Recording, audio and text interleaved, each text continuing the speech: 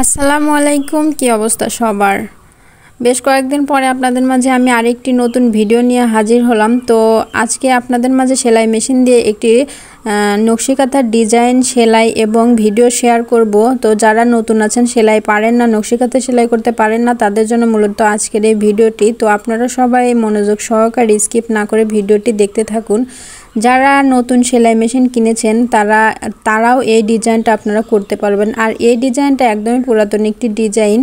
এই ডিজাইনটা কম বেশি সবাই পারেন, কিন্তু তারপরেও মাঝে মধ্যে কিছু লোক আছে যারা এই ডিজাইনটাও পারেন না। তো অবশ্যই আপনারা মনোযোগ সহকারে ভিডিওটি দেখতে থাকুন। তো এটা আমি যেটা সেলাই করছি এটাকে বলে পটল পাতা নকশি কাঁথা সেলাই। আর এটা আমি যে কাঁথাটি করছি এটা জায়নামাজ আমার কাছে একজন অর্ডার দিয়েছে। তো এই জায়নামাজটা আমি সেলাই করছি লাল কাপড়ের উপর। লাল কাপড়ের উপরে নকশি কাঁথা করা হচ্ছে লিমন কালার সুতা দিয়ে। তো লাল কালারের উপর লিমন কালার সুতা অতটা ফুটে না, আমার কাছে তেমন ভালো লাগে না। তো যেহেতু বলেছে সেহেতু তো আমার করতেই হবে, এটা আমার দায়িত্ব।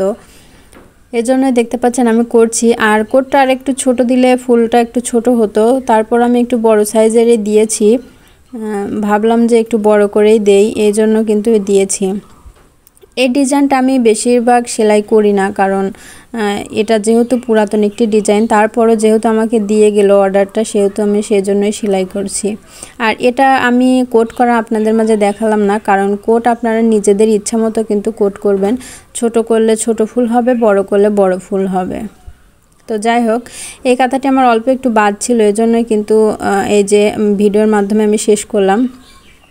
তো এই কাঁথাটি সেলাই করার পরে দেখতে ঠিক এরকম হয়েছে, একদমও মন্দ না। তো আমার কাছে বেশিরভাগই কালো খয়েরি, কালো লাল খয়েরি এইগুলোর উপরই কাঁথা নকশি কাঁথা মেশিনে সবচেয়ে বেশি সুন্দর লাগে। আর এই যে সাইড দিয়ে দেখতে পাচ্ছেন, এই সাইডে কিন্তু পাইপিং লাগানো হবে। আর নিচ পাশে দেখতে পাচ্ছেন একটু কাপড় আছে কালো খয়েরির উপরে। উপর পাশের থেকে কিন্তু নিচ পাশে দেখতে কিন্তু অনেকটা সুন্দর লাগছে, কারণ এইখানে কালো খয়েরি। আর আমি সবার কাছে সাজেস্ট করি যে আপনারা যারাই সেলাই মেশিন দিয়ে নকশি কাঁথা সেলাই করবেন, দয়া করে আপনারা কালো খয়েরির উপর লেমন কালার সুতা দিয়ে সেলাই করবেন। দেখতে কিন্তু অনেক অনেক সুন্দর লাগবে। খারাপ করে ডিজাইন করলেও কিন্তু ভালো লাগে, কারণ এটার উপর অনেক ফুটে লিমন কালার সুতাটা এবং দেখতেও সুন্দর লাগে। তো আপনারা স্ক্রিনে দেখুন যে নিচ পাশে একটু এই কালো খয়েরি কাপড় দিয়েছিল, তো নিচ পাশে উপর পাশে সে কিন্তু নিচ পাশে দেখতে কিন্তু অনেকটাই সুন্দর লাগছে। এজন্য আপনারা অনেকেই সিলেক্ট করতে পারেন না যে কী কালারের কাপড়ের উপরে নকশি কাঁথা সেলাই করব। তো আপনারা অবশ্যই নকশি কাঁথা মেশিনের নকশি কাঁথা সেলাই করতে গেলে অবশ্যই কালো খয়েরি, কালো, লাল খয়েরি, নীল এগুলোর উপরই সচরাচর ভালো ফুটে নকশি কাঁথার ক্ষেত্রে। তো আমার কাছে কিন্তু সবচেয়ে ভালো লাগে হচ্ছে কালো খয়েরির উপরেই ডিজাইনটা করতে। আর ডিজাইন যত সুন্দর হবে কিন্তু সেলাই করারও আগ্রহ কিন্তু অনেকটাই বাড়তে থাকে। আর এই সাইড দিয়ে দেখতে পাচ্ছেন যেগুলো সাইডের কিন্তু এরকম সবেমাত্র সেলাই করা শেষ হলো, কিন্তু সাইড দিয়ে এখনও পাইপিং লাগানো হয় নাই।